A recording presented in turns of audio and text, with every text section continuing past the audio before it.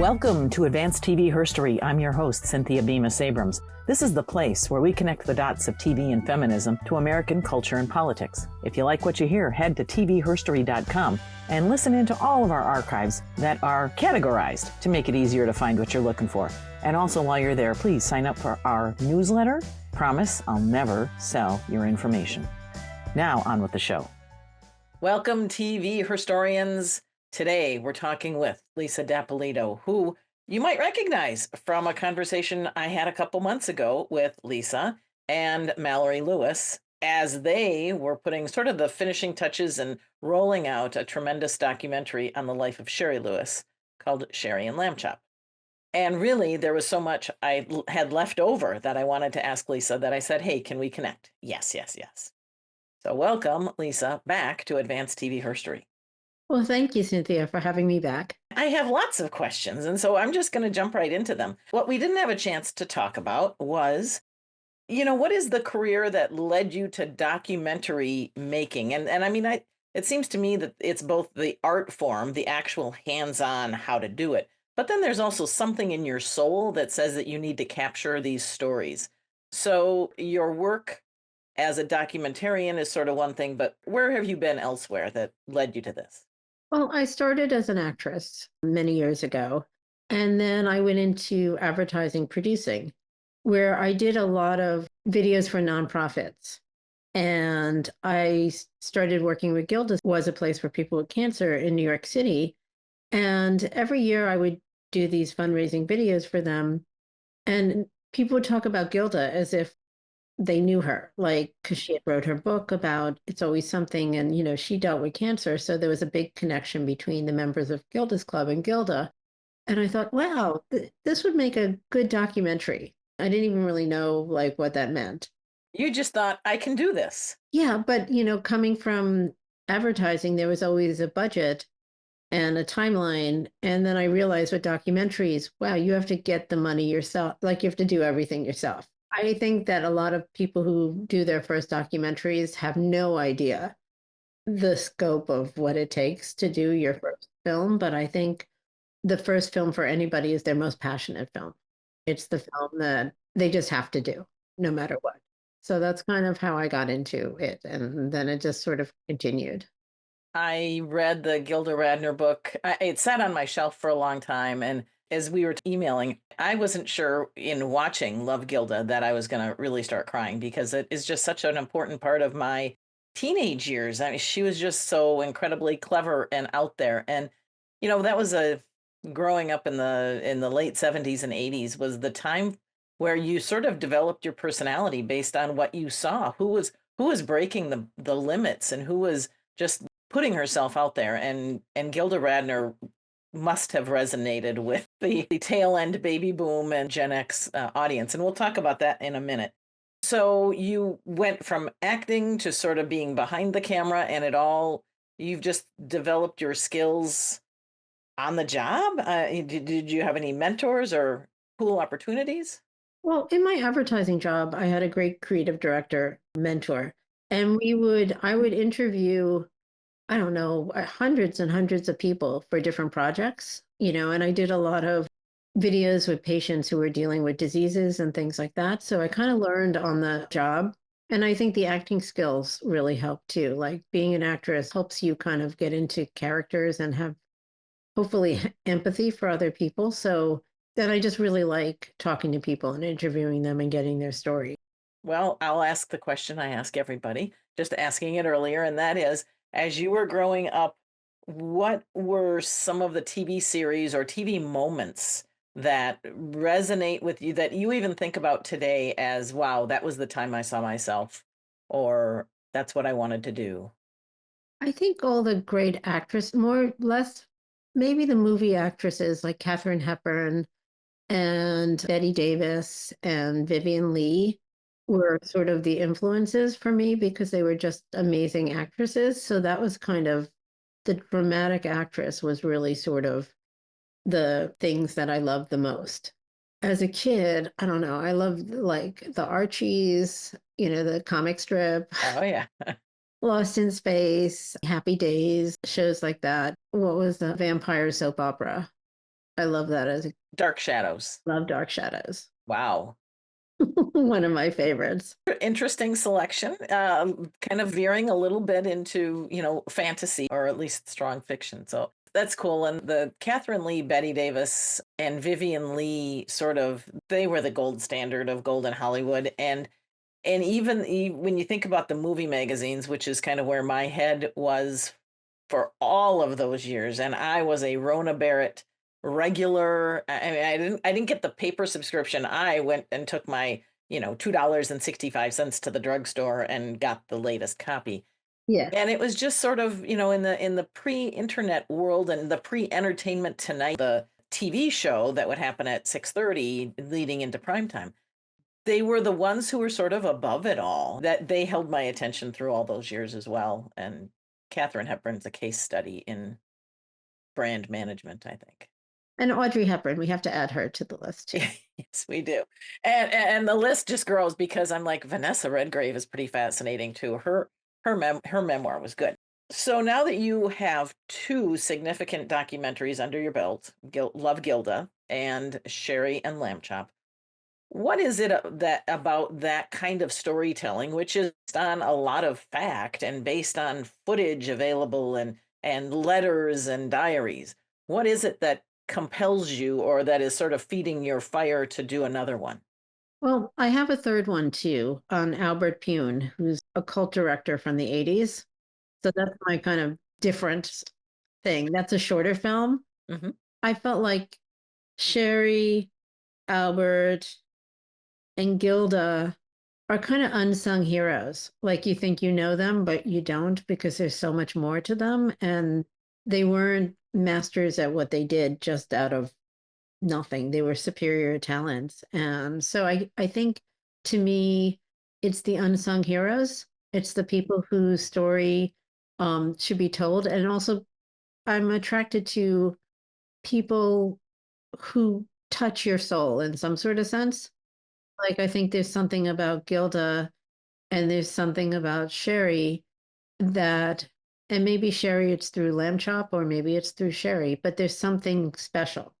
And I think once you find subjects like that, you just want to know more about them and go into their lives. And then you get caught in this web of wanting to tell their story and the responsibility of telling their story too. Hmm. And in this day and age, in sports, we recognize that if you are a professional athlete, man or woman, you have been playing that sport forever. And you have gone through camps and coaches and programs. With everybody having a video camera in their pocket, it is now assumed that all you have to do is be clever 3 times and you can become a viral influencer.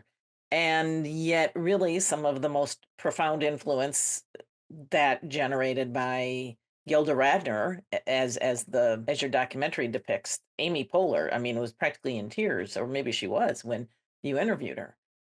That was a lifetime of honing the shtick, and Joan Rivers as well, and Shari Lewis practicing and practicing, and even though you know how to juggle when you're 13 or something, you have to, if you're going to do it for the camera, hard work. And also the love of what you're doing. Because like Gilda loved comedy and she loved people and she loved audiences and she loved to make people laugh. Hmm. So I think it came from a place that she didn't want to be it wasn't that she wanted to be famous. She just wanted to be with people and make them laugh. So there's sort of a different sort of personality in there. And it's just occurring to me now that both women died relatively young and of both of cancer. And then having women's diseases that aren't noticed, like that aren't that recognizable. I mean, with Gilda, it took her years to find out what was really wrong with her. By that time, it was pretty late. Ah, women in healthcare. That's another topic entirely. Okay, so then if we move on to just telling Gilda's story, and so there you were doing some work with the Gilda's place in New York, and does that still exist or did that close? It closed and it became something else, but there are still Gilda's clubs throughout the country. And there's a big one in Detroit where Gilda's from. So that's going pretty strong. So the advanced TV historians, listen up. If you are younger than, say, 40, you maybe have never even heard of Gilda Radner. You've only seen clips of her and her work that, for the most part, is centered on Saturday Night Live. So here we are speaking with Lisa D'Appolito, who has done this this incredible journey into Gilda's life, and the fact that she won an Emmy and she won a Grammy and she won a Hollywood Walk of Fame and she's in Michigan's Hall of Fame. Why is this story important for a 30-year-old or a 25-year-old woman who is either interested in TV or just interested in accomplished women? What is it about Gilda that still needs to be told? I guess there's a couple things about Gilda. She still continues to inspire young comedians. So her comedy holds up. Like a lot of comedians, their comedy doesn't hold up during over the years, but Gilda's continues to inspire young comedians by watching her. And if you watch her, she's still funny. So there's something about Gilda's comedy that and she inspired so many people like Tina Fey and Amy Poehler and Maya Rudolph and Melissa McCarthy and Bill Hader and so many people. And now there's a new generation of those people have inspired other people. Gilda's legacy lives on in the world of comedy. And then she was one of the first people to come forward with her cancer, Mhm. at a time. And still, it's not easy for somebody who's famous to come forward about and be honest with that. So I think Gilda's story is just a story of resilience, of somebody who always found the humor in the darkest of times. And I think that that's the overall message of Gilda's life is to even when things are really awful, to find the funny in it, to find the humanity. And she actually says that. She had said that in an interview, right? Yeah. That's early in the documentary that she kind of makes it clear why she continued to be probably even more visible once her cancer diagnosis was revealed. Yeah. That it became a actually more of a two or three pronged mission to be out there. One of the persons you interviewed, I can't remember who, indicated or observed that when Gilda walked into a room, like the energy changed, the vibe changed, something changed. So, the ovarian cancer and the fact that she was diagnosed in the 80s, she talks about that in her book, The Difficulty in Getting the Diagnosis. Did her brother in his interview, was there anything that didn't get added into the documentary about that struggle when she just wasn't well and nobody knew the answer? Well, I was really lucky is that Michael, Gilda's brother, gave me access to her diaries. Mhm. And she wrote a lot about her cancer journey. And also in the film, there's an audio tape where she recorded it herself, about her, I don't know if it's pathetic moment, but her down moment. And I think that that was just so poignant. In terms of what was left out in the book, I mean, the film, there was so many other, there was so much comedy, but there's just so much you can add to the film. I feel like I covered her personal life pretty well in the sense of what the material had and the people. It was just there was more, there's some performances she did in Canada that I wish I had included. There's just things like I mean that's the same thing with the Sherry film. I'm like, I wish I had to put her Sherry in the kangaroo puppet. I was like, there's those things that you always regret. But I think in terms of her journey, she was so honest. She wrote her book, and her good friends were with her and supportive of her. And she had her brother, and so So that that recording that she did in the later years of her life, yeah, how many hours was that? I mean, was it like a whole shoebox full of cassette tapes? it was a shoebox full of cassette tapes. The film is actually made up of audio from all different kinds of things. Unfortunately, the shoebox was very, very, the tapes were, many of them were corroded and many of them were, you couldn't really listen to them. Like, so they were in pretty bad shape. Hmm. Now they can be restored. Like 5 years later, there's new technology. So she sat with somebody and she hired somebody to, when she was writing her book, to tell her story. So those are her story. And then there's some times where she just recorded things by herself. Wow. It was a lot to go through. I guess that was a lot, but it was so interesting. But the 5 years of SNL was a lot to go through too. And before that, Second City. I mean, and you must have had, how difficult was it to be able to view some of the video that now is 40 years old, 50 years old? Well, there's always things that you wish you could find. We didn't have any actual video from Second City. We just had photos. So, there's things like that. I mean, I feel like I'm a detective. I get to sort of search, I go into people's like storage units and I go into archives and, one thing leads to another. And is there any particular surprise moment from your investigative work of what is available on Gilda and who had what that is a great story? Well, in her book, she talked about her and Jean recording a video when she was in the hospital. Hmm. And I was like, where is that? Like, that must be somewhere. And Gilda's best friend, Judy, she came in from Toronto to Detroit to Michael's house. And we took all hundreds of tapes, most of them like just personal tapes of, back in the day when you would record your favorite show. Hmm. And we went through boxes and boxes. And I was like, I wish we could find Gilda's cancer tape. And Judy, who's like funny, and Michael, who's funny, they're both like have a great sense of humor. She pulls up like the VHS and it says Gilda's cancer tape. I was like, I was so like, I didn't know what was in it. And then I got on the plane and then I took it directly to a place to transfer it. I didn't want to, get it stuck in an old VHS machine. And they're like, okay, you can leave it here. I was like, no, no, no. Can you do it now? And then I saw Gilda in the hospital, and that she had created this whole little movie for herself. I saw her, she had no hair and she's in a hospital gown. And it's still like it's so heartwarming and she has Sparkle, her dog there. Like that was like the those things that you find and you're like, just magical.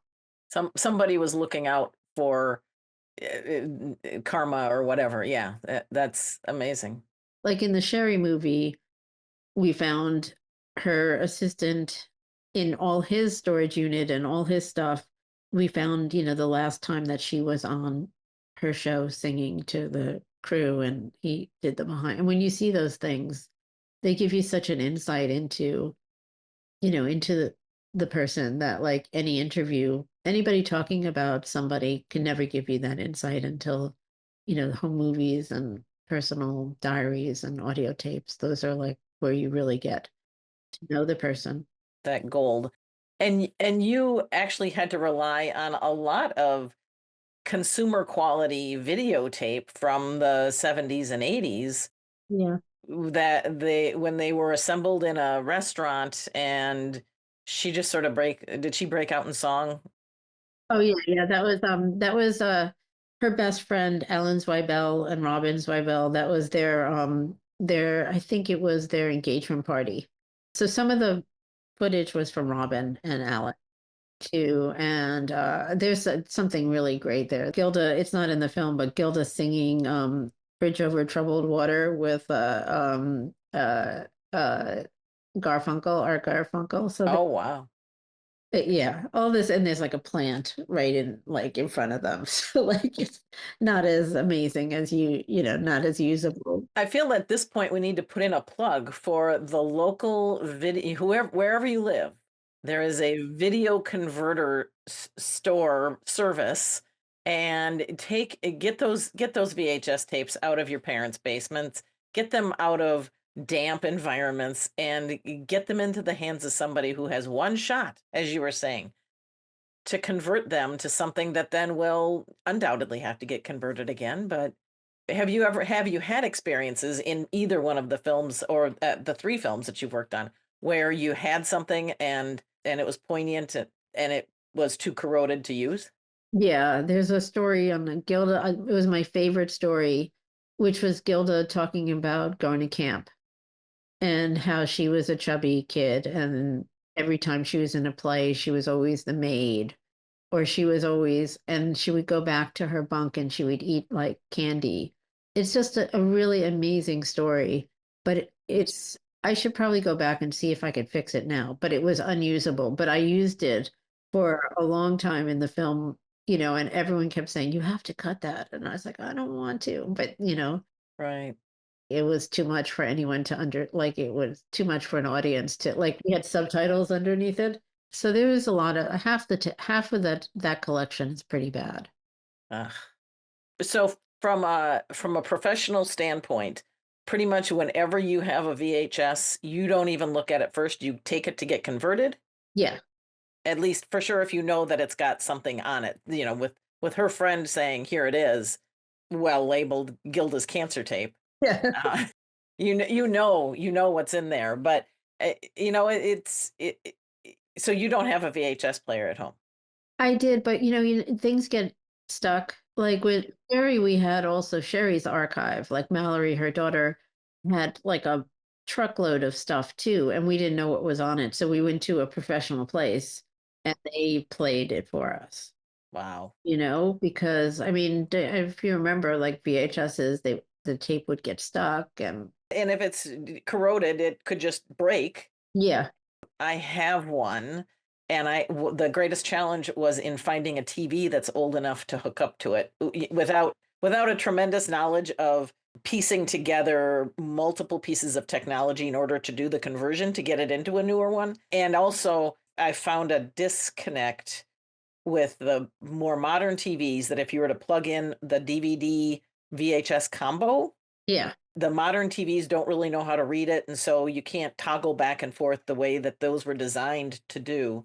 So I finally just took the garage sale VHS player that works that I bought for $5 and hooked it up to a $5 TV that I got on an online auction. And now my grandson has all of that Disney collection that every kid grew up on.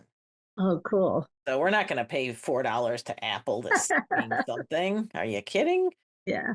And there are some Shari Lewis VHSs in there as well. Oh, cool. Yeah. So one last thing, I guess, as you got to interview and maybe even speak with Amy Poehler and Maya Rudolph, and obviously Maya Rudolph's life was impacted at a young age by her mother dying of cancer. Yeah. Did they say, how did they feel about, her passing at such a young age? And did that sort of manifest in their mourning or in their statements or anything? I don't think that's anything we ever covered, really. What happened was I had Gilda's diaries of these great poems and things she wrote, and I never knew how they were going to fit into the film and how I could use it.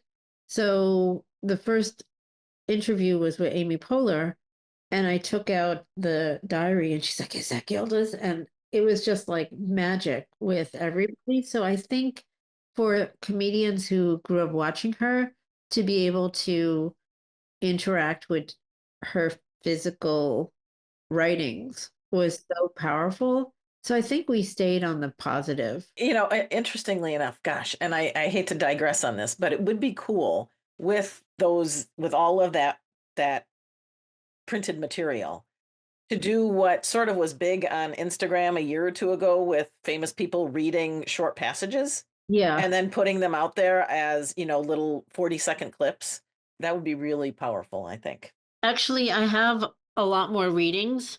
They were in the Love Gilda DVD bonus material, but I have that. But you're right. I could get other people to read her stuff. I was working on trying to adapt one of her short stories into a small film, but it's hard because Gilda's humor, when you take a short story that somebody writes, the humor is in the writing. Right. So I did not know that Love Gilda as a DVD is available, but you can get it at Target for $11.60. And you say that there are bonus. Yeah, there's a lot of bonus materials in there. Oh, and the Gilda live show is actually available on DVD still too. Oh, the Gilda Live on Broadway is amazing. We are now going to shift gears a little bit from Gilda, because Gilda was your first major documentary, and then you sort of took your skills and experiences and have produced Shari and Lamb Chop, which is as powerful and inspiring in somewhat of a different way. Both really, really well done, and they were just great jobs. So you indicated that sort of you got the impetus to do the Gilda Radner documentary from your work with people at Gilda's clubs. Were they helpful to your finding? I mean, how did you get to the point where you even knew she had a brother and you could contact him, and did people open doors for you? Well, the first person that they connected me to was Alan Zweibel, who was Gilda's writing partner.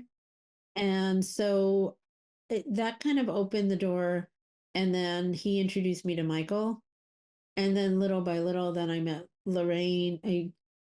Judy, who was Gilda's best friend, and then Lorraine Newman. Like, so each person kind of led to somebody else, and people were very protective of Gilda. It wasn't like doors opened pretty easily. Like, it took a while to convince people that, I wasn't making a salacious films, because there are some like salacious stories, celebrities who died too young, that kind of thing. And Gene Wilder having passed now, well, was he still alive when you were working on it?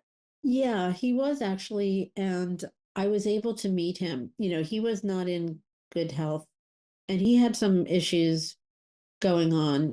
I think he his dementia, and I think his wife is pretty like vocal about it. But I was able to spend the day with him. Like, I was trying for a couple years, and then Karen, Gene's wife, invited me over to spend the day with Gene. So I was able to spend time with him and hear stories about Gilda, and that was really great. He was lovely. She was lovely.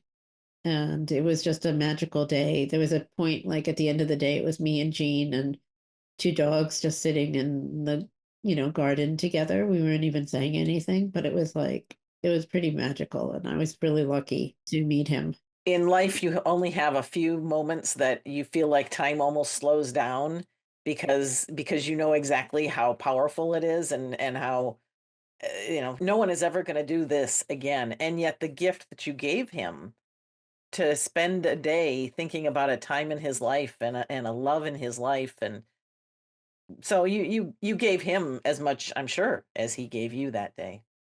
Yeah, it was really thanks to his wife, Karen, who was very generous and, made it happen. So that was good. Yeah, and I guess it's a testament to her understanding him and not being too well. I can appreciate the protective part, come to think of it. All right. So, she left archives and tapes, and people had videotapes, and fortunately they were spread across, I guess, enough different people's homes that they were never subject to fire or flood. And then she published It's Always Something, and that came out about the time of her death, and that can pretty much be found in many libraries and things. Mhm.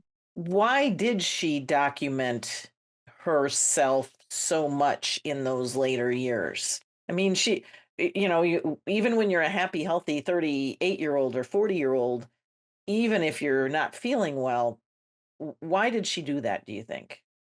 Well, she loved writing, and part of being on SNL is, being part of the writing team. Not that she was a writer, but she created a lot of the characters herself, or she created them with other partners. So she was always writing. So, and when she met Gene, it was she was less interested in being a performer and more interested in being a writer. So she wrote a lot. She wrote a screenplay, which I've been trying to also get interest in that. So there's a lot, Gilda left behind a lot of stuff and she wrote all the time. So I think it wasn't like some people want to do their memoir at the end of their life. I think it was an ongoing thing with her. She observed, like a lot of comedians, they observe life in a different way. And I think she loved to document and write it down. And then as she became sick and still had enough energy to sort of take that message out there, that whole notion that one can heal through comedy and laughter, that was like the front page of People magazine, or the front cover of People magazine, and lots of episodes of TV shows, even not just that had Gilda in it, but the notion that laughter was in fact, we didn't think about producing dopamine, naturally producing dopamine in order to help your body and to relieve stress. Well, I think also what Gilda found is when she had cancer, she went to the wellness center, which became the cancer support community in California, and she found solace in other people going through what she was going through. So that was another message for her, is to sort of spread that information, is to find other people who are going through what you're going through, because your friends and family, though they love you, it's not their experience. So I think that was a big thing, and I think that was a big impetus in writing the book and sharing her story, is that she wanted that information out there, which eventually became the start of Gilda's Club after she passed away. I'm just recalling now an episode from Sisters, Uh-huh. and the Swoozie Kurtz character, who for the most part never seemed to be gainfully employed because she had married a dentist who had done very well. She is diagnosed with cancer, and so they kind of track a little bit of her cancer experience, and she decides to take up cancer humor. And so that's like over the course of 2 or 3 episodes that and it just occurred to me, it's like, I wonder if that's where that came from. The other part, though, that sort of made her every woman was that, as you said, every woman wanted to be her best friend and every man wanted her to be his girlfriend. The fact that she had a difficult adolescence and was willing to talk about it. There are not, at least in the 80s and the 90s, not everybody was talking about how people used to be mean to them or their pain. Yeah, and she talked briefly in her book about her eating disorder. So, which was, which had started when she was younger. So she was very revealing about her life. It's amazing how many people, women in the 60s and 70s were dealing with that kind of pressure. And that's the path that made the most sense to them. So let's talk a little bit about how you physically handled. Okay, so we talked about the VHS tape and taking that to your trusted converter service. But when you were handed the diary, her diaries and her papers and all of that physical stuff, did they entrust it to you to take it back to New York to work with it, or did you make photocopies or take pictures? How does that work? Well, that was the last thing that, Michael entrusted me to take them back to New York. And so I had them, Nina, who was my assistant, transcribed everything. So I took pictures of all the pages and then we transcribed everything. So that was sort of the process. So in terms of what we used from the film, we had the transcriptions. So there were a lot of transcriptions for this film because there was all the interviews I had shot, all the interviews that Gilda had done on TV, radio, wherever. It was transcriptions of all the audio tapes and transcriptions of all her diaries. So there was a lot of material. Wow. That was kind of how, and so that's when you have an amazing editor like Anne Alvergue, who was my editor. How an editor really helps you get through all the stuff you have and all the pieces and helps you refine the story. And then as a result of all of those transcripts, you had parts of video or pictures or whatever where then the words slid across the screen, Yeah. which, for there's the oral learning, there's the reading learning in order to really emphasize. And I thought that was just very well done. It was very special. Even if you could hear what she was saying, you saw it too. Yeah. And there were in the diaries, there was no audio. So that we had to be a little creative in terms of how we would bring those lines in her diary to life. And then that's where my composer, Miriam Cutler, comes in, because there's some beautiful spots that there's just Gilda's diary and this emotional music, beautiful music that kind of brings that to life. So it's, it takes as you know, it takes a huge army to to make an archival film. It's not an easy thing. With some very distinct skills, and I'm hopeful that they all loved Gilda as much or grew to love her. Maybe not with the kind of exposure and experience that people who saw her on TV had. But this next generation is incredibly talented, and they are the ones that are now going to become the archivists and the keeping things safe.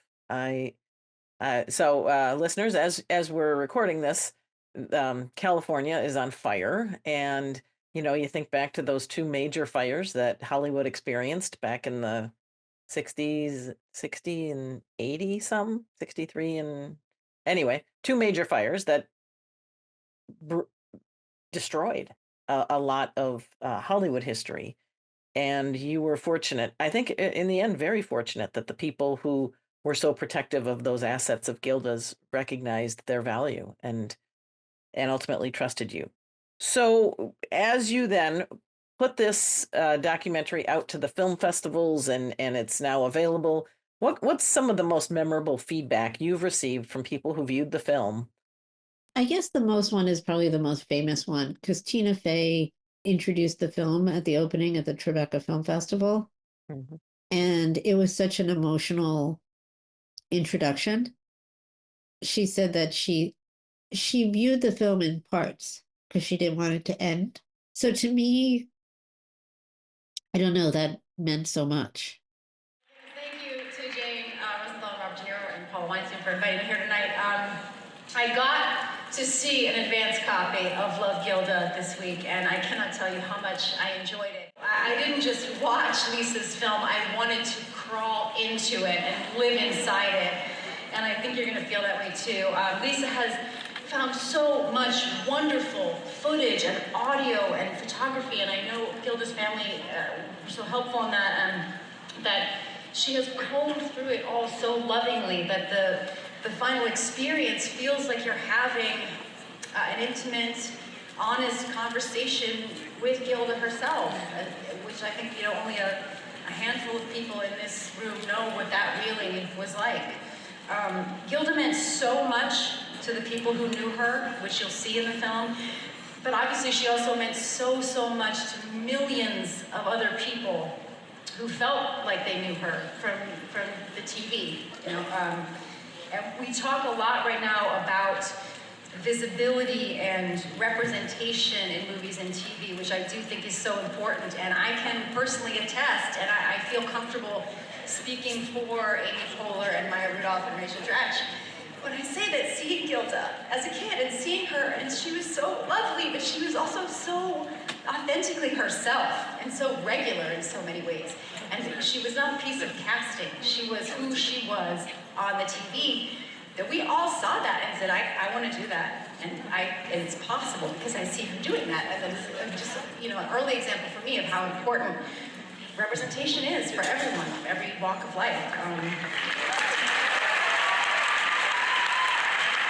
Gilda was our equivalent of Michelle Obama. And that is why Lisa's film feels like a miracle to me. It felt like I was getting to spend time with someone that I never knew, that I very much would have wanted to spend time with. I watched the film on a link on my phone in 10 or 15-minute segments over the last couple days, just what every filmmaker wants to hear. During taxi rides and subway rides. Rebooting it at the stop where there was Wi-Fi. And I realized I was parceling it out because it was very emotional for me, not just because we all know how it ends, but because I didn't want it to end. I didn't want the film to end. And I think you will feel that way too. And I just want to thank Lisa for this film and congratulate her and thank you for these people.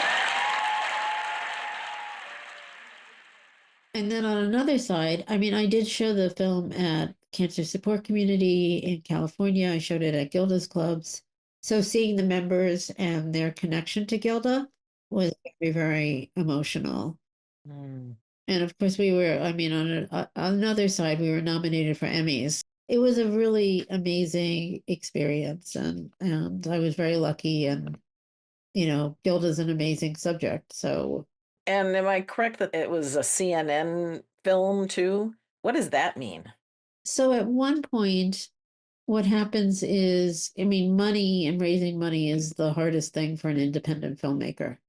So at one point, CNN came in with all the finishing money, which enabled us to do the editing.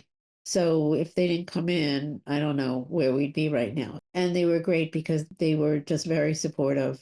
They gave the money to the film and they played it on January 1st, like a New Year's Day. I remember.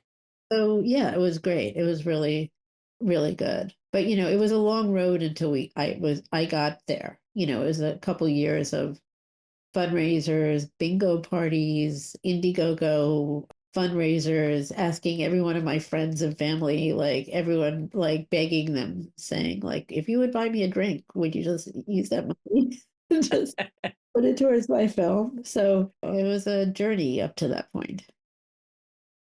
Wow. I don't know that people quite understand how difficult it is as an independent not that there are too many big documentary companies, Yeah. and there's no place like Lifetime Intimate Portraits, which was sort of the faster development of a documentary in the 90s and up to the early 2000s. Yeah. 245 episodes, I believe. Wow. And yeah, and at a time when for the most part there was no internet, so they had to hunt in different ways and grab interviews with whoever they could. It's a different place, it's a very different marketplace today. Yet on the other hand, with streaming, Love Gilda and maybe someday Shari and Lamb Chop will be seen on Hulu. As long as people are still watching, it will still be available. And there will be somebody who sits down with a family member who they really don't want to talk to, but they have Gilda Radner in common, and they'll be like, "Yeah, let's watch Gilda." And it will take them to that special place. But that Tina Fey, wow, that must have been very powerful. And so, like, were you in charge of inviting her, or is there a pecking order? How do you conduct outreach to these people, or is that the sort of thing that Amy Poehler called her up and said, "Hey, do you want to do this?" No, the festival, the festival programmers, it was New York, and Tina made sense, and I guess they had a connection, but it was pretty exciting to get her, I have to say. She's one of my favorite. They're all my favorites. So I was really lucky. Everyone who's in the film, I love. Like I love the humor and I love their acting. So I was very lucky. And there probably were another 50 names, but the fact that you're in New York and so many of these comedians are in New York made it super handy. I mean, wow, that just it's powerful. And we, for the most part, nobody really remembers Gilda Radner. She passed very young, and it was a different time. The impact of the of Saturday Night Live in those years was just phenomenal. There's going to be a resurgence though, because there's the Saturday night movie that is coming, that's out, but it's going to come out digitally. It's the 50 years of SNL Hmm.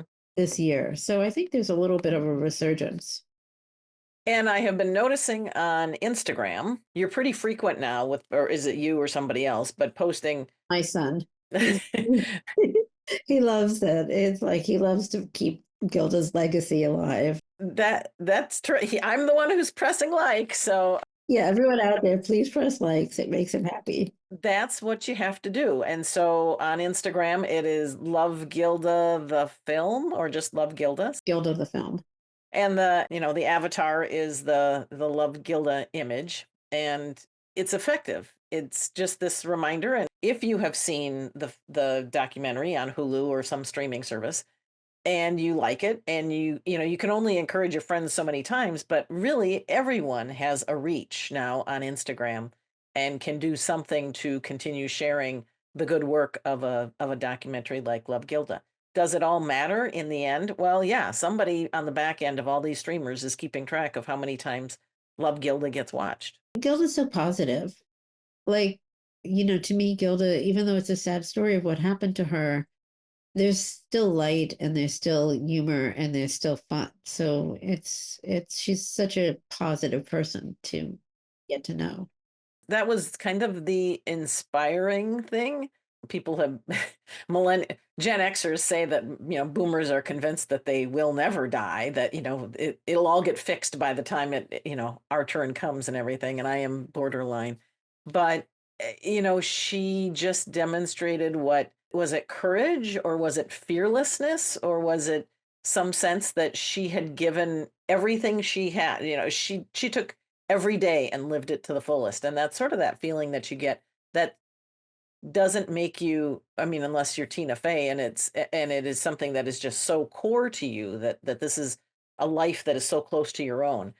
There's a lot of good positive takeaway that kind of reminds us that whatever our problems are of the day, and if you don't have a terminally ill person in your life, then consider that a good day. It's all in context. Yeah.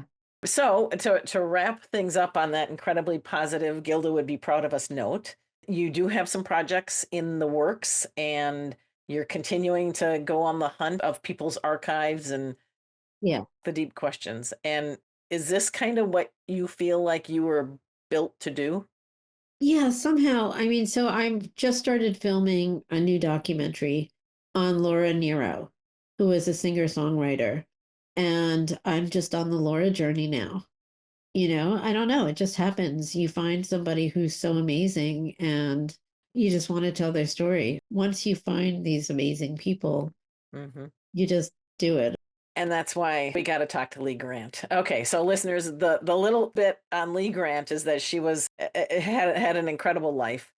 And ultimately, her acting roles dried up. And so she was doing more behind the camera. And it's just amazing. And she produced or directed something like 36 or 50 episodes of Lifetime intimate portraits. So she was like the documentarian on the cheap for a little off the beaten path TV channel back in the 80s, the 90s, and the early 2000s. And you just took these things for granted that's how you got your education. That's what Lisa is doing it at a much deeper and more expensive level, creating this archive, this message, and it's a very positive, respectful message that nobody else is going to do. So if you ever get a call from somebody who says, I really want to do a documentary about somebody, pay attention not just to whether or not you agree with whatever the subject of the documentary is, but more importantly, somebody who wants to preserve history and do so in a way that respects another person's life. And isn't that, that's magical right there, Lisa. It's pretty amazing. It is. It is. Well, we wish you all the best with your current project and anything else you've got as apples in your eye right now. And on Instagram, then you have the Love Gilda account. Are you on any other social media or? On Facebook, Love Gilda is pretty strong. There's like 150,000 fans there. That's great. I appreciate your time today. And I guess I'll have to hunt around and see what Laura Nero's connections are to TV. And the 60s and 70s for singer-songwriters, there actually was visibility and venue for them to be. So we'll have to find out. She didn't want visibility. That's the problem. Oh, one of those. Okay. There's not much footage on her. So that's my challenge right now. All right. Well, we might have to put Lee Grant on it then, I guess. All right. Thank you very much for your time. Listeners, do get out and watch Love Gilda if you haven't already. If you have and you want to post any feedback or any questions, I'd be happy to do follow-up, and we could put out a little short on YouTube or something and just bring your answers forward. Listeners, Lisa's work, past, present, and future, that is why I podcast. In addition to Lisa D'Appolito, many thanks to Mary Lou Morose for her work editing this episode, as well as Nivea Lopez, who brings it all to life in visual that you'll find on YouTube. Find Advanced TV Herstory on YouTube and Spotify and Pandora and all the other places you find podcasts. Also, go to tvherstory.com. You can see the entire archive right there. Also, subscribe to our monthly newsletter. I promise your information will never be sold. Thanks so much for listening. I'm your host, Cynthia Bemis Abrams.